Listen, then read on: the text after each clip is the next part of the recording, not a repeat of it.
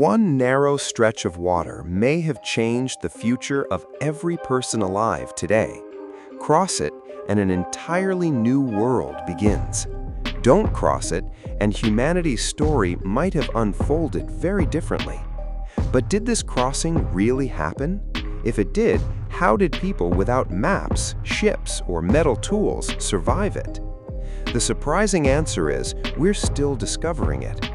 Every new fossil, every ancient tool, every DNA study adds another clue. This episode follows those clues. Not legends, not guesses, evidence. This is the story of humanity's first crossing. Chapter 1. Where did humanity leave Africa? To understand the first crossing, we first need to find the edge of the ancient world. That edge lies in northeastern Africa, where the continent narrows toward Arabia. Today, this region is separated by the Red Sea, but during the Ice Age, the world looked different.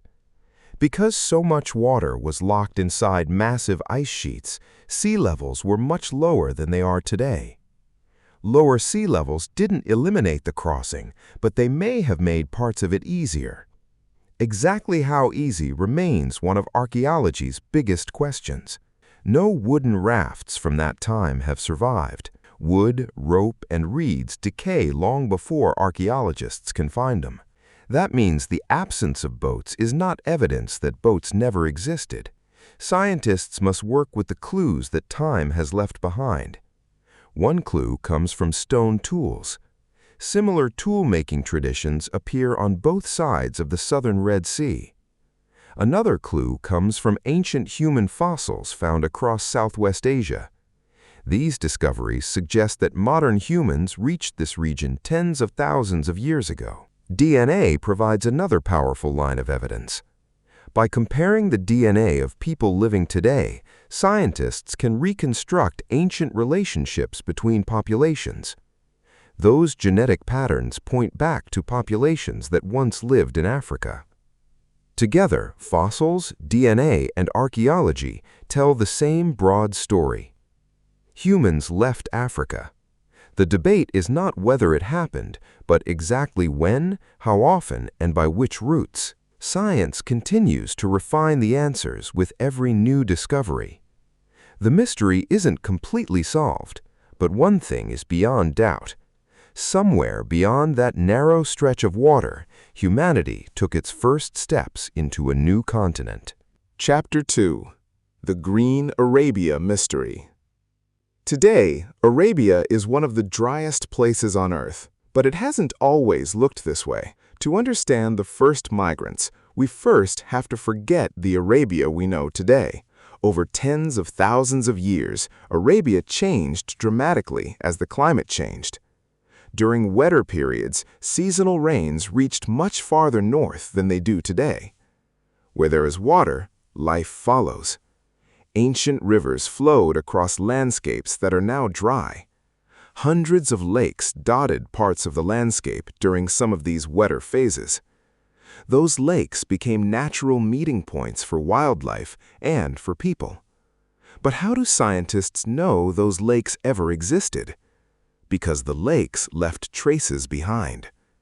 Layers of mud, shells, and microscopic organisms reveal where ancient water once stood. Satellite images have also revealed the outlines of long-buried river channels beneath the sand.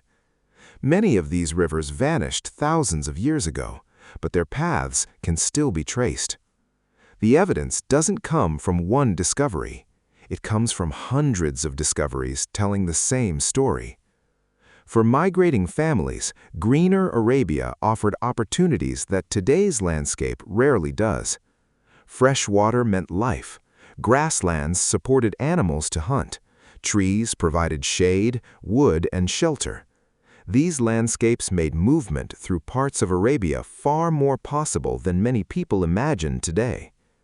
But greener conditions did not last forever. As the climates shifted again, many lakes dried and rivers disappeared. The landscape kept changing, and humans had to change with it. Beyond Arabia, an even larger continent was waiting: Asia. Chapter 3. The World's First Survival Test. Imagine waking up in a place where every sound, every smell, and every path is completely unfamiliar. This was not just a journey into a new land, it was a journey into the unknown. The plants looked different. Some were nutritious, others could make people sick. Every meal required careful observation. The animals were unfamiliar too. Some could become food, others were predators to avoid. Survival depended on learning quickly. Knowledge spread faster than any single person could travel. Every successful hunt became a lesson. Every mistake became a warning. People slowly learned where fresh water could be found. They learned which valleys flooded, which hills offered safety. Every season taught a new lesson. Gradually, the unfamiliar became familiar. Humans were not the fastest animals. They were not the strongest either. But they possessed something far more powerful: the ability to observe, remember, and adapt. That ability allowed modern humans to thrive in environments that kept changing. Step by step, the unknown became home.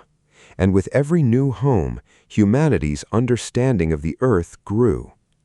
Exploration was no longer an accident. It had become a way of life.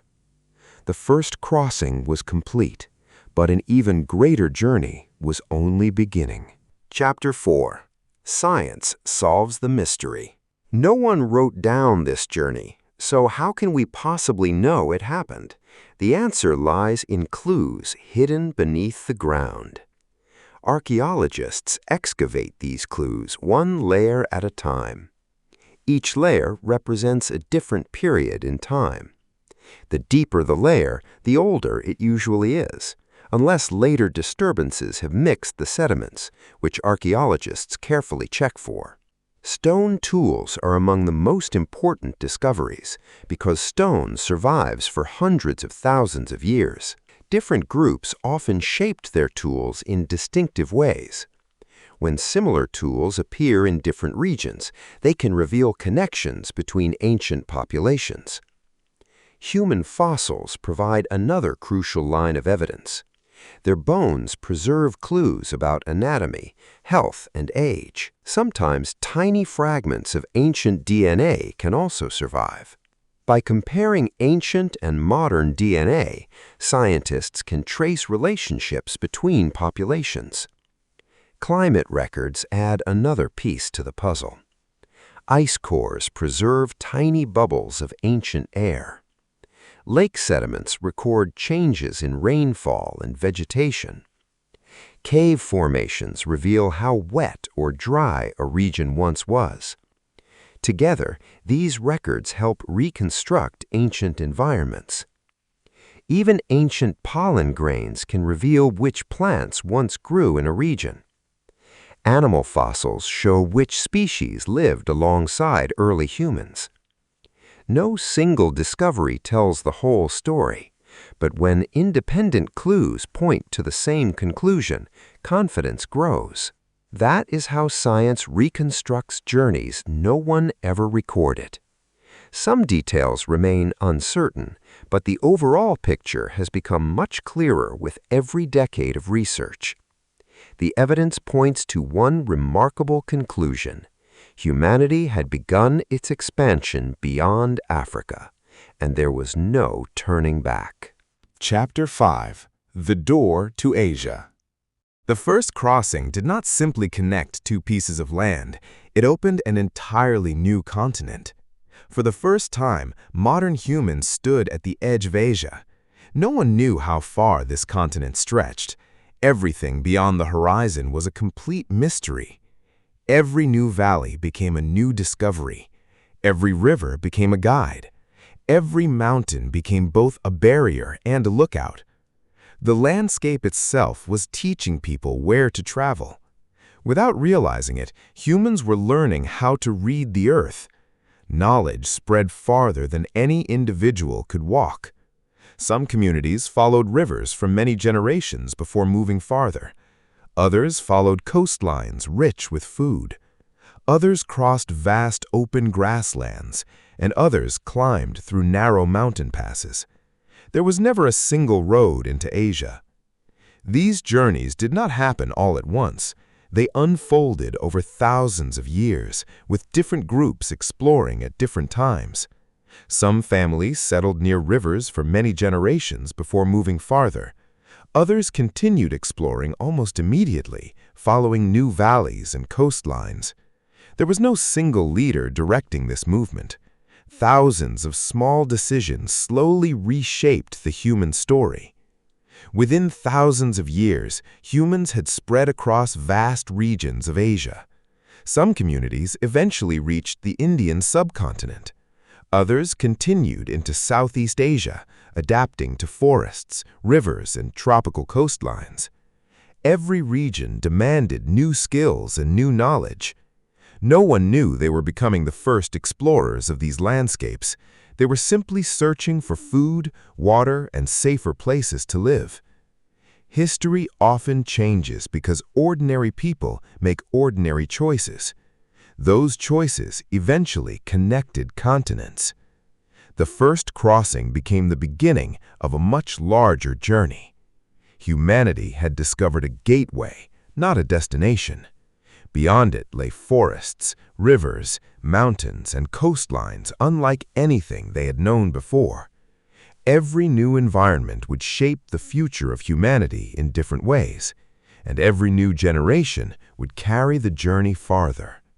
The map of the known world was slowly expanding even before maps existed, and this was only the beginning of humanity's greatest adventure. The first crossing was complete, but Asia was far larger than anyone could have imagined. Ahead lay thousands of kilometers of unexplored rivers, mountains, and forests. In the next episode, we'll follow those first footsteps deeper into Asia and discover how humans spread across one of the largest continents on Earth. Subscribe to Yoreva and join us as we uncover the greatest true story ever told, one discovery at a time.